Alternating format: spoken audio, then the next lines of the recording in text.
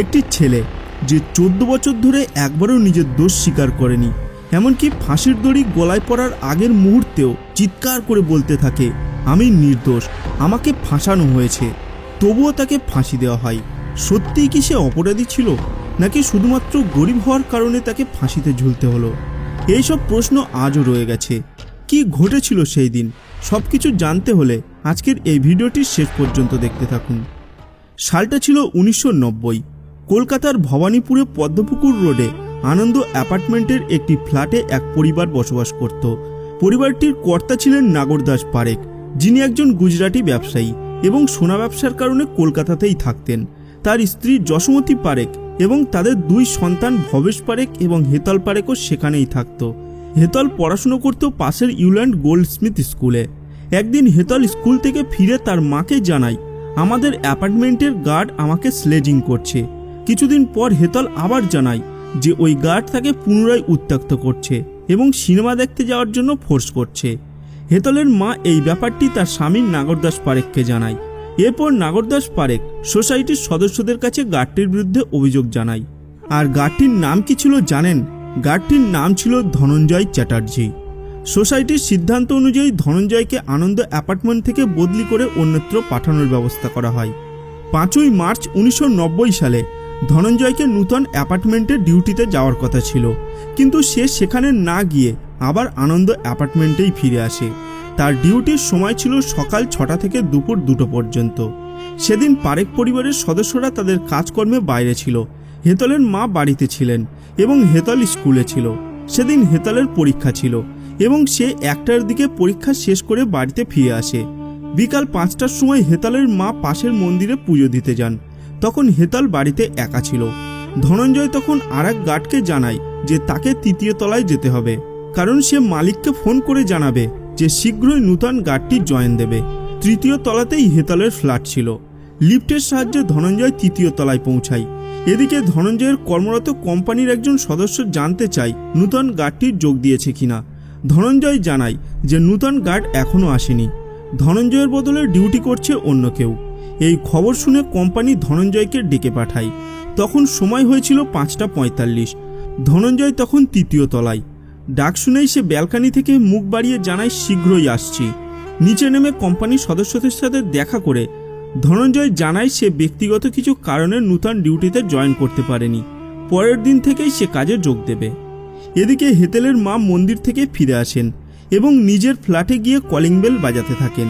তিনি জানতেন হেতল ঘরেই আছেন, কিন্তু অনেকক্ষণ বেল বাজানোর পরেও যখন দরজা খোলেনি, অনেক ডাকাডাকির পরেও কোনো সাড়া না পেয়ে চিন্তিত হয়ে পড়েন তিনি। অবশেষে দরজা ভেঙে ভিতরে ঢুকে তিনি দেখতে পান হেতলের শরীর রক্তমাখা, শরীরের বিভিন্ন স্থানে ক্ষত। দ্রুত একজন পার্শ্ববর্তী ডাক্তারকে ডাকা হয়, কিন্তু ডাক্তার এসে হেতলকে মৃত ঘোষণা করেন। প্রায় 3 ঘন্টা পর নাগরদাস পারেখ পুলিশের কাছে এফআইআর দায়ের করেন এবং পরের দিন থেকেই পুলিশ তদন্ত শুরু করে। তদন্তের শুরু থেকেই ধনঞ্জয়ের প্রতি সন্দেহ হয়। 7 দিন পর্যন্ত তাকে খুঁজে পাওয়া যায়নি। তবে 12ই মার্চ পুলিশ ধনঞ্জয়কে তার গ্রামের বাড়ি থেকে গ্রেপ্তার করে। ধনঞ্জয়ের বাড়ি থেকে সেদিনের পরিহিত জামা কাপড় এবং নাগরদাস পারেখের একটি ঘড়ি, যা খুনের দিন চুরি হয়ে গিয়েছিল, তা উদ্ধার করা হয়। গ্রেপ্তারের সময় ধনঞ্জয় দাবি করে, আমি নির্দোষ। 5ই মার্চ আমি পারিবারিক অনুষ্ঠানের জন্য বাড়ি ফিরেছিলাম। কেস কোর্ট পর্যন্ত পৌঁছায়। সরকারি কোনো প্রমাণ না পেলেও ধনঞ্জয়ের পরিহিত জামা কাপড় এবং চুরি হওয়া ঘড়ি, এছাড়াও হেতলের মায়ের বিভিন্ন বয়ান, যেমন ধনঞ্জয়ের স্লেজিং করার অভিযোগের ভিত্তিতে হাইকোর্ট ধনঞ্জয়কে ফাঁসির সাজা দেয়। এরপর সুপ্রিম কোর্টও সেই রায় বহাল রাখে। 14 বছর জেলে কাটানোর পর 2004 সালের 25শে জুন ধনঞ্জয়ের ফাঁসির দিন নির্ধারণ করা হয়। তখন রাষ্ট্রপতি ছিলেন এপিজে আব্দুল কালাম। ধনঞ্জয়ের ফাঁসি আটকানোর আবেদন রাষ্ট্রপতির কাছে পৌঁছায় এবং তিনি 25 তারিখে ফাঁসি স্থগিত করেন। তবে পরের দিন থেকেই সেই ধনঞ্জয়ের ফাঁসির দাবিতে আন্দোলন শুরু হয়। সেই সময় পশ্চিমবঙ্গের মুখ্যমন্ত্রী বুদ্ধদেব ভট্টাচার্যের স্ত্রী মীরা ভট্টাচার্য ফাঁসির দাবিতে প্রচুর আন্দোলন করেন। আন্দোলন ক্রমশ জোরদার হতে থাকে। 15ই আগস্ট 2004 সালের ভোর 4টায় কলকাতার আলিপুর সেন্ট্রাল জেলে ধনঞ্জয়কে ফাঁসি দেয় জল্লাদ নাটা মল্লিক। মৃত্যুকালে ধনঞ্জয়ের বয়স ছিল 39 বছর। এর মধ্যেই পারেখ পরিবার গুজরাটে ফিরে যান এবং মিডিয়া ও আদালতের কাছে ধনঞ্জয়ের মামলা বন্ধ হয়ে যায়। তবে এখন আপনি কি ভাবছেন? ধনঞ্জয়ের ফাঁসি হয়ে গেছে আর এই কাহিনী এখানেই শেষ হয়ে গেছে? না, এই কাহিনী এখানেই শেষ হয়ে যায়নি। কিছুদিন পর এক নূতন অধ্যায় শুরু হয় এই কাহিনীর। ধনঞ্জয়ের পক্ষে নূতন বিতর্ক শুরু হয়। ফাঁসির দড়ি গলায় পড়ার আগে পর্যন্ত ধনঞ্জয় বারবার চিৎকার করে বলেছিল, আমি নির্দোষ, আমি নির্দোষ। আমরা আজ পর্যন্ত যত অপরাধীর কথা শুনেছি, বেশিরভাগ অপরাধী কিন্তু তাদের অপরাধ নিজের মুখে স্বীকার করে।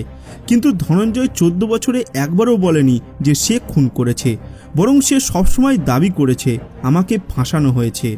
ফাঁসির কয়েক বছর পর কলকাতার ইন্ডিয়ান স্ট্যাটিক্যাল ইনস্টিটিউটের দুজন গবেষক এই মামলার বিশ্লেষণ শুরু করেন। তারা কিছু নূতন তথ্য সামনে আনেন।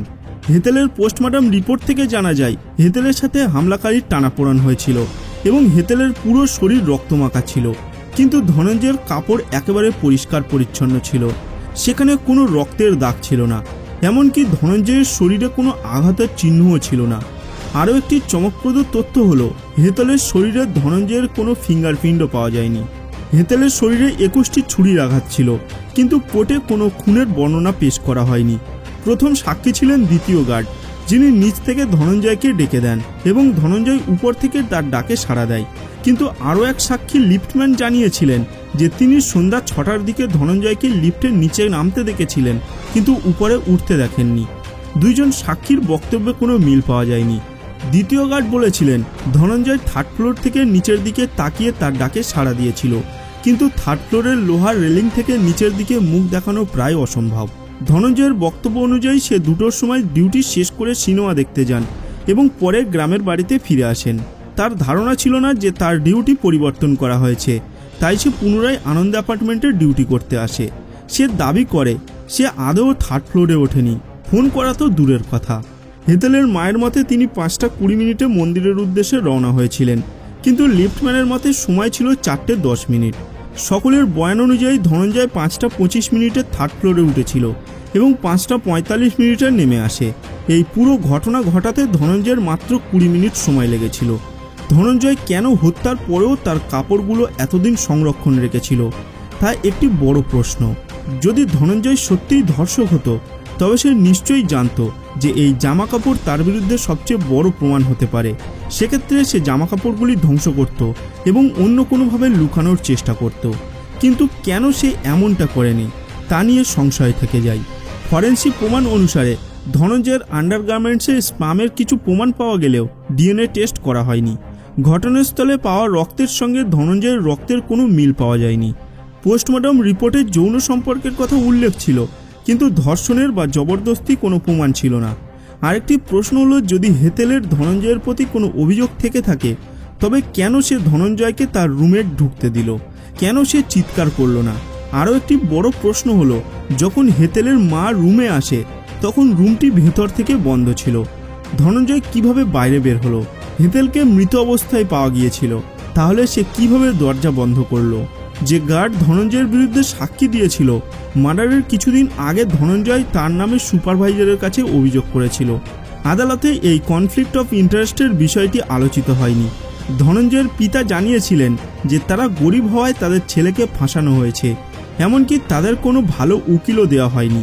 অফিসিয়াল কাহিনী অনুসারে হেতেলের মা তাকে হাসপাতালে নিয়ে গিয়েছিল, কিন্তু তিনি তো আগেই মৃত ছিলেন। তাহলে কেন তাকে হাসপাতালে ভর্তি করা হয়েছিল? কেন পুলিশকে 3 ঘন্টা পর খবর দেওয়া হলো? সাধারণত কোনো ঘটনা ঘটার সাথে সাথেই পুলিশকে খবর দেওয়া হয়। কেস চলাকালীন হেতেলের মা অনেকবার ট্রায়ালে হাজির হয়নি এবং কলকাতা শহর ছেড়ে দেন।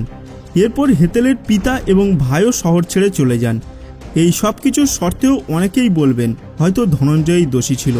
এটা ঠিক যে ধনঞ্জয়কে সম্পূর্ণ নির্দোষ বলা যায় না, হয়তো সেই দোষী ছিল। তবে একবার ভেবে দেখা উচিত যে বিচার ব্যবস্থা মানুষের তৈরি, ভগবানের নয়, তাই এটি সবসময় নির্ভুল হবে না। মিথ্যা এবং সত্যের ধারণা মানুষের তৈরি। আইন চলে প্রমাণের ভিত্তিতে, বিচারক রায় দেন। আইন অন্ধ হতে পারে, কিন্তু বিচারক নন। ধনঞ্জয়ের ফাঁসি নিয়ে এখনও অনেক মতভেদ রয়েছে।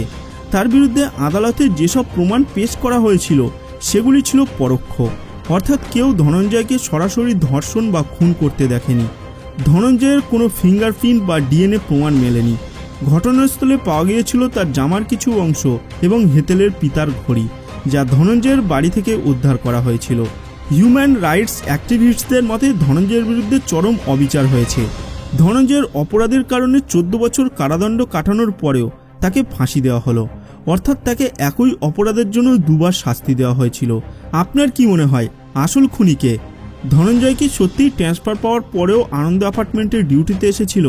তাহলে কি সে মিথ্যা বলছে? হয়তো সে সেদিন ফোন করার অজুহাতে হেতেলের ঘরে প্রবেশ করেছিল এবং কোনো আক্রোশে হেতেলকে খুন করেছিল। অথবা যশোমতী পারেখ পুলিশকে মিথ্যা বলেছে এবং ধনঞ্জয়ের বিরুদ্ধে পাওয়া প্রমাণগুলো সব সাজানো। নাকি ধনঞ্জয়ের বদলে অন্য কেউ সেই ফ্ল্যাটে ঢুকেছিল? ধনঞ্জয় এবং তার পরিবারের মতে কিছু দুর্নীতিগ্রস্ত অফিসার এবং পারেখ পরিবার আসল খুনিকে বাঁচানোর চেষ্টা করছে এবং ধনঞ্জয়কে ফাঁসানোর চেষ্টা করছে। আপনার কি মনে হয় আসল খুনি ধনঞ্জয় নাকি অন্য কেউ? আপনার মতামত অবশ্যই জানাবেন। ধনঞ্জয়ের এই কেস সম্পর্কে আরও বিস্তারিত জানতে চাইলে রাইট টু লাইফ নামে একটি ডকুমেন্টারি দেখতে পারেন, যা ইউটিউবে ফ্রিতে পাওয়া যায়। এছাড়াও 2017 সালে মুক্তি পাওয়া ধনঞ্জয় সিনেমাটিও দেখতে পারেন। আজকের ভিডিওটি এই পর্যন্ত, দেখা হবে আবার পরের ভিডিওতে।